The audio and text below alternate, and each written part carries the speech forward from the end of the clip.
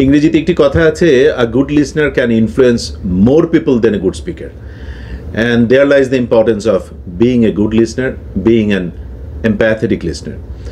Interpersonal স্কিলসের 1 number শর্ত হচ্ছে মনোযোগ দিয়ে শোনা। মানুষের সাথে বন্ধুত্ব তৈরি করার জন্য, পেশাগত বন্ধুত্ব, সামাজিক জীবনের বন্ধুত্ব, পারিবারিক জীবনের বন্ধুত্ব, মনোযোগ দিয়ে অন্তর দিয়ে শোনার অভ্যাস করা, এর কোনো বিকল্প নাই।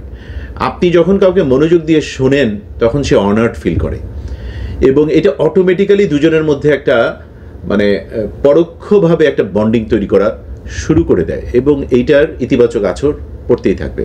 ইন দ্য সেম টোকেন, কেউ আপনার সাথে কথা বলছে, আপনি কারোর সাথে কথা বলছেন, কিন্তু সে মনোযোগ দিয়ে শুনছে না, সে হু হা করছে, মোবাইলে টিপাটাপি করছে, তারপর এদিক ওদিক তাকাচ্ছে, কথা বলছে অন্যদের সাথে, আবার মাঝখান দিয়ে আপনারটা শুনছে। আপনি কিন্তু ভেতরে ভালো ফিল করছেন না, আপনি ইগনোরড ফিল করছেন।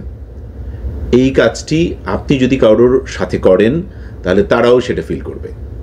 মানুষের সাথে বন্ধন দৃঢ় করার জন্য, ইন্টারপার্সোনাল স্কিলসটাকে ঠিকমতো কাজে লাগানোর জন্য মনোযোগ দিয়ে শোনার অভ্যাস করুন, অন্তর দিয়ে শোনার অভ্যাস করুন, অন্তর্নিহিত মিনিংটা বোঝার অভ্যাস করুন। সর্বোপরি তাকে এই ফিলিংটা জেনুইনলি দিন যে আপনি অল ইয়ার্স, আপনি listening to him or her with 100% attention.